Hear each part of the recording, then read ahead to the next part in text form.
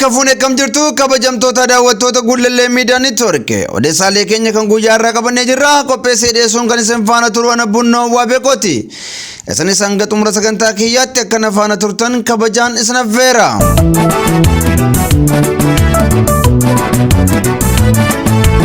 Kibba lixa Shaggar aanaa Walisoo keessatti namoonni nagaan afur qaamolee nageenyaa mootummaatiin ajjeefamuu odeeffannee jirra.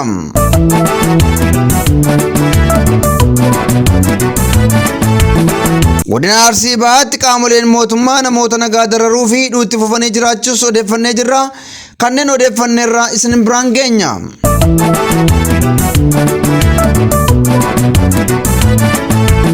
Hidhattoonni faannoo Amaaraa haleellaa guyyaa kaleessaa raawwataniin lubbuu dargaggoota Oromoo 13 olii balleessuu isaaniis odeeffannee jirra.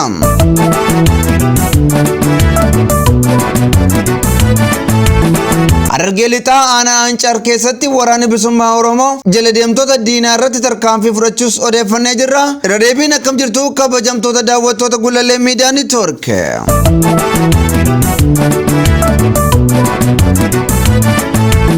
Kibba lixa Shaggar aanaa Walisoo keessatti namoonni afur qaamolee mootummaatiin ajjeefamuun dhagahamee jira. Hidhattoonni mootummaa namoota nagaa afur ganda Adaamii guutoo keessatti kan ajjeesan hoggaa ta'u namoonni kunneen balleessaa fi yakka dalaganis hin qabanuu jedhamee jira.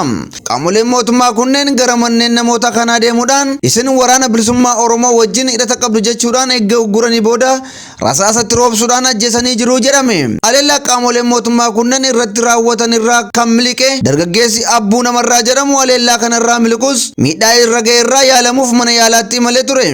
Kanaanis qaamoleen mootummaa kunneen gara mana yaalaa deemuudhaan mana yaalaa keessaa baasanii dargaggeessi kun yaala dhabuudhaan miidhame akka du'uuf taasisanii jiru.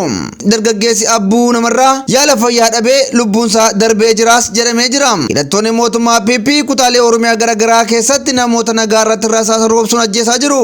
Qabati isaanii immoo waraana bilisummaa Oromoo wajjin hidhata qabdaa jechuudhaan jedhama.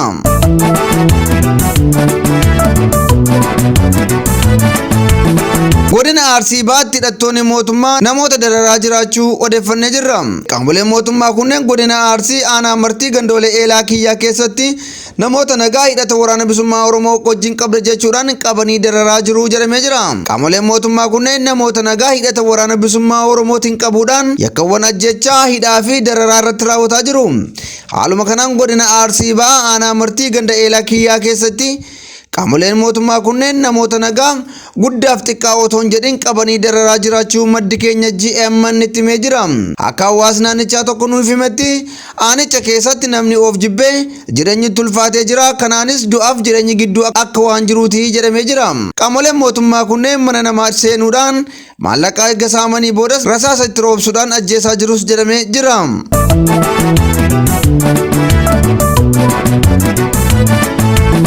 Hidhattoonni faannoo Amaaraa haleellaa guyyaa kaleessaa raawwataniin lubbuu dargaggoota Oromoo 13 olii balleessuun isaanii himamee jira. Qaamoleen kunneen dargaggoota hojii hawaasummaaf socho'aa turan irratti miidhaa kana kan raawwatanii jedhame. Haa ta'u malee guyyaa har'aas aanaa Ammuruu keessa raafamni guddaan jiraachuus odeeffannee jirra. Faannoon Amaaraa godinaalee Wallagga Bahaa, Horroo Guduruu akkasumas Shawaa Kaabaa fi Shawaa Bahaa keessatti haleellaa raawwachuudhaan beekama. Qaamoleen Amaaraa kunneen guyyaa kaleessaa dargaggoota Oromoo obboleewwan isaanii gargaaruudhaaf magaalaa Agamsaa irra kan socho'aa turan irratti haleellaa raawwataniin namoota hedduu ajjeesaniiru jedhame. Kanaanis reeffi namoota 13 gara maatiitti hoggaa deebi'u kanneen reeffi isaanii hin kaafamnes jiraachuu odeeffannee jirra.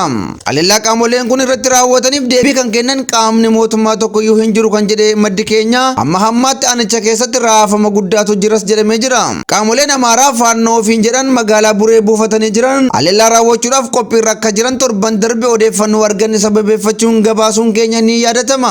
Haaluma kanaan guyyaa kaleessaa qaamoleen Amaaraa faannoo ofiin jedhan Buree irraa ka'uun guyyaa kaleessaa dargaggoota Oromoo daandii irra turan irratti haleellaa raawwataniin lubbuu namoota 13 balleessanii jiru.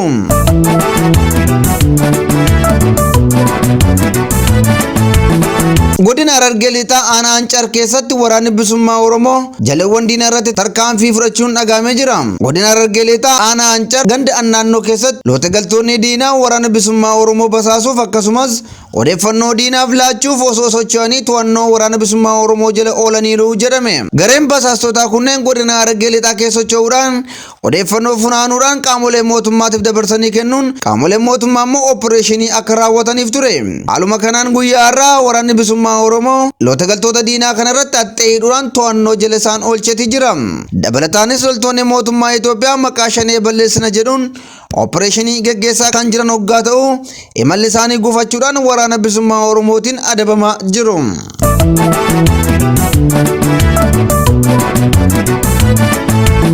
Ayyaaniin kabajamtoota daawwattoota Gullallee Miidiyaa Neetwoorkii odeessaaleen keenya kan guyyaa har'aatiif qabanne kan hangasii ture waan nu daawwattaniif galatooma. Qophiileen Gullallee yeroo hundumaa akka isin bira ga'aniif sheer sabskiraayib gochuu itti fufaa isiniin jenna. Waan nu daawwattaniif galatooma.